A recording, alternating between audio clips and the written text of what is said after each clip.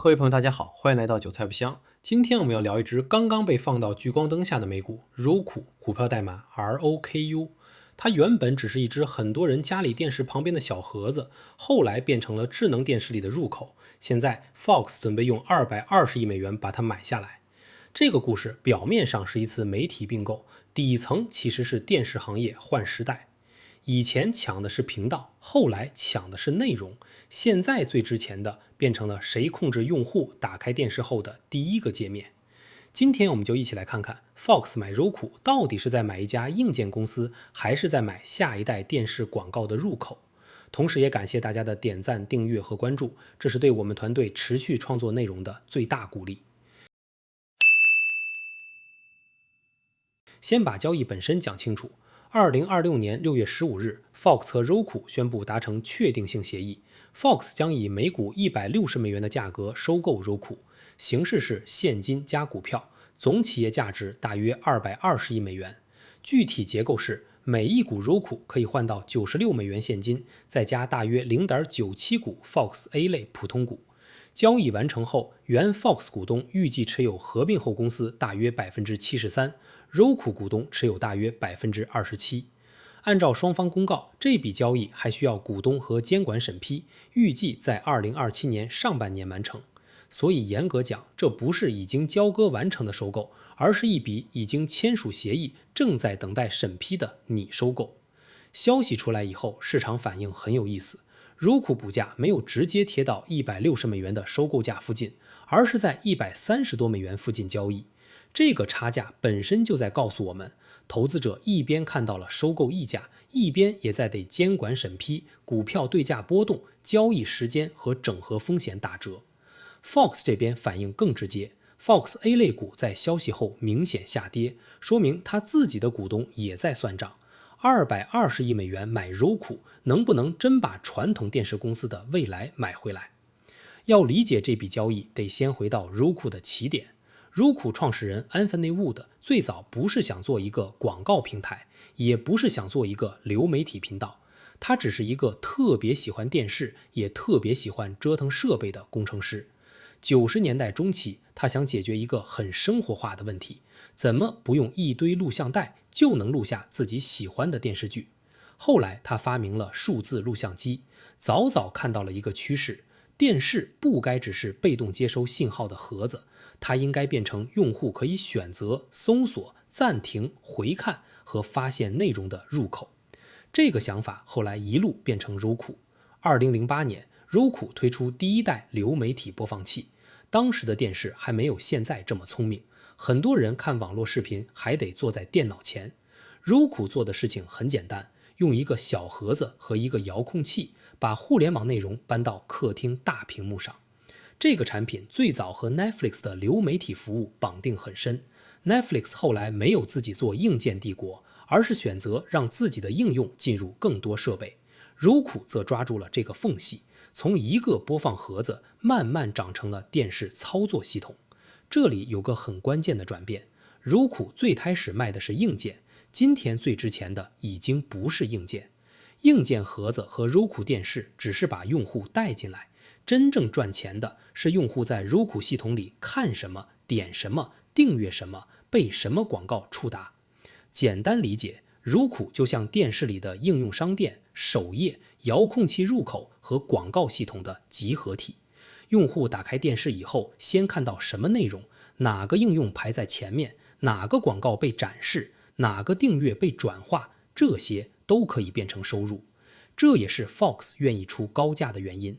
Fox 不是缺一个盒子，也不是缺一个电视品牌。Fox 缺的是在传统有线电视继续流失的时代，直接接触用户的入口。Fox 手里有体育、新闻、娱乐和 Tubi 这样的免费广告流媒体服务。NFL 美国职业棒球、赛车、大学体育、世界杯、Fox News 这些内容依然很有吸引力，但内容再强也需要新的分发方式。Roku 的价值就在这里，它有超过1亿个全球流媒体家庭，覆盖美国1半以上的宽带家庭。Fox 买 Roku 本质上是把内容、广告销售能力和电视入口绑到一起。柔库最新财报也解释了它为什么会被盯上。2026年第一季度，柔库总净收入 12.5 亿美元，同比增长 22%， 平台收入 11.3 亿美元，同比增长 28%， 广告收入 6.13 亿美元，同比增长 27%， 订阅收入 5.19 亿美元，同比增长 30%， 流媒体观看时长387亿小时，同比增长 8%， 公司实现净利润8600万美元，调整后利润指标 1.48 亿美元，同比增长 165%。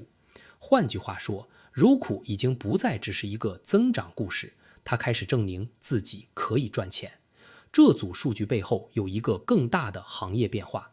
传统电视广告以前像大水漫灌，品牌买的是一个频道、一个节目和一段时间。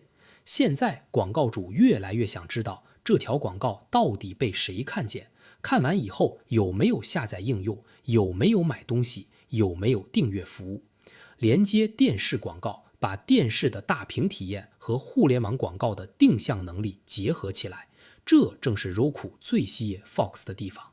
Fox 过去擅长卖大节目、大体育和大新闻的广告，柔库擅长用电视系统和用户数据提升广告效率，两边放到一起，想象空间就在广告变现上。Tubi 是这个故事里不能忽略的一块拼图。Fox 在2020年买下 Tubi， 当时这笔交易看起来不算惊天动地，但几年后，免费广告流媒体突然变成了行业里很重要的赛道。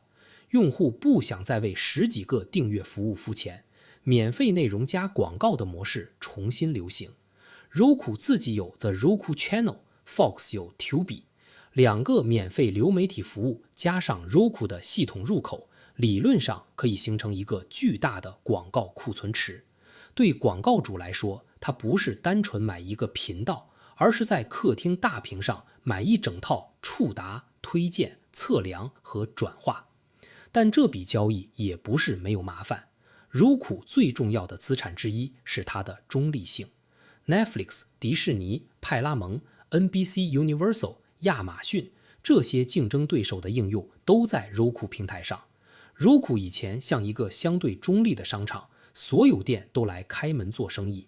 Fox 买下柔库之后，外界自然会担心这个商场会不会开始偏向自家的 Tubi 和 Fox 内容，会不会让其他平台买更贵的位置，会不会在首页推荐和广告资源上出现倾斜。Fox 和柔库都强调会继续保持开放、合作和伙伴友好，但行业伙伴和监管机构不会只听承诺，他们会看实际执行。这就是媒体并购最复杂的地方。内容公司买平台听起来很顺，平台公司拥有内容听起来也很顺，但历史上这类组合并不总是成功。美国电话电报公司当年买时代华纳，就是想把通信网络和媒体内容结合起来，结果几年后又把资产卖给 Discovery。 媒体行业经常高估协同，低估整合。Fox 这次买柔库，短期可以讲成本协同、广告协同、数据协同。真正难的是怎样在不破坏柔库开放平台形象的情况下，把 Fox 的内容和广告能力放大。再看收购价格，每股160美元，对柔库公告前股价有明显溢价，企业价值220亿美元，也不是一笔小买卖。Fox 预计这笔交易到交割后第2个完整年度会提升每股自由现金流，并带来大约4亿美元的年度化成本协同，但 Fox 要承担新的债务和股票稀释。简单讲，这不是 Fox 用零钱买一个增档选项，而是一次改变公司方向的大赌注。它押注的是传统电视下滑无法避免，未来电视入口、广告数据和免费流媒体会越来越重要。从柔库股东角度看，这笔交易也很有戏剧性。柔库曾经是疫情期间的明星成长股，股价在2021年冲到非常高的位置，后来随着流媒体竞争降温，广告市场走弱，利润压力上升，股价一路回落。过去2年，公司重新削减成本，提高平台收入，改善自由现金流，股价才慢慢修复。现在 Fox 以160美元收购，对很多后来抄底的投资者来说是不错的退出，但对于高点买入的人来说，这仍然远远不是曾经的梦。如库的商业模式还有一个很容易被低估的地方，它不是靠卖电视赚钱，而是靠电视被打开之后的每一分钟赚钱。设备收入在第一季度下降到 1.18 亿美元，同比下降 16%， 说明硬件并不是主要增长引擎，平台收入才是核心。平台收入占总收入的大头，广告和订阅一起推动增长。这个结构和很多硬件公司不同，普通硬件公司卖出去之后，交易就结束了。如库的盒子和电视卖出去之后，收入关系才刚刚开始。拿同类公司对比就更清楚。Netflix 是内容和订阅巨头，用户是为了剧集和电影付费。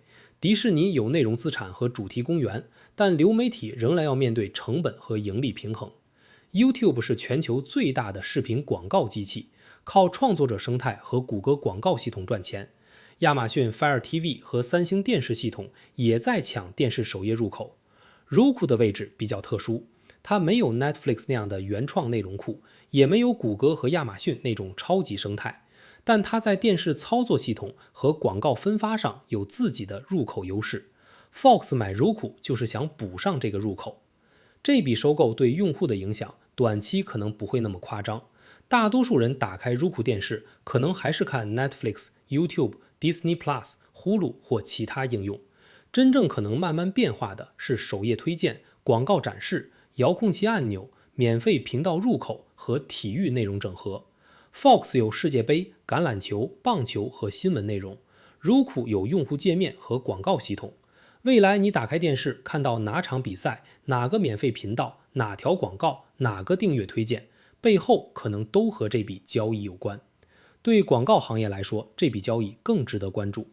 传统电视广告预算正在往流媒体迁移，但很多广告主仍然抱怨大屏广告测量复杂，平台分散，转化链路不够清楚。Roku 有第一方用户关系和电视端数据， Fox 有内容和广告销售团队。如果合并顺利， Fox 可以卖的不只是一个广告位，而是一整套从内容曝光到家庭大屏触达，再到订阅和电商转化的方案。这也是连接电视广告比传统电视广告更有想象空间的地方。但风险也摆在桌上，监管审批是一关，平台中立性是一关，债务和整合是一关，广告周期还是一关。广告业务本身受宏观经济影响很明显，企业预算收缩时，广告平台都会有压力。Roku 的增长也不是没有边界，超过1亿流媒体家庭之后，用户增长会逐渐从新增家庭转向提高每个家庭变现。这个阶段更考验广告技术、内容发现、订阅转化和平台体验。Fox 能不能帮助 Roku 做到这些，还要看后续几个季度的执行。这也是这笔交易最吸引人的地方，它不像普通收购那样只是为了规模，而是在争夺电视行业下一阶段的控制权。以前的电视入口在有线运营商手里，后来内容平台开始争夺用户，现在智能电视系统和连接电视广告又变成新的入口。谁控制客厅大屏的首页，谁就能影响内容分发、广告预算和用户消费。Fox 买 Roku 就是从一家内容公司往入口公司迈了一大步。最后回到投资角度，对于 Roku 股东来说，现在要看的不是单纯的收购价，而是交易能不能顺利完成，以及 Fox 股价变化会不会影响最终对价价值。对于 Fox 股东来说，要看的也不是买到了一个热门平台这么简单，而是220亿美元的价格、额外债务、股票稀释和4亿美元协同，能不能换来真正的长期增长。对于整个行业来说，这笔交易代表的是一个信号。流媒体大战已经不只是 Netflix 和迪士尼之间的内容战争，下一场比赛会发生在电视系统、广告数据和用户入口上。Roku 这个故事最有意思的地方，是他从一个工程师为了录电视剧折腾出来的想法，变成了今天 Fox 愿意用220亿美元收购的电视入口。20多年过去，电视还是那块屏幕，但屏幕背后的生意已经完全变了。以前谁拥有频道，谁就拥有观众，现在谁拥有入口、数据和推荐位置，谁就更接近广告预算和用户钱包。Fox 买柔库不只是买一家公司，而是在买通往下一代电视生意的门票。做这类深度内容不易，你的订阅、点赞和转发就是对我们团队最大的支持。我是韭菜不香，我们下期再见。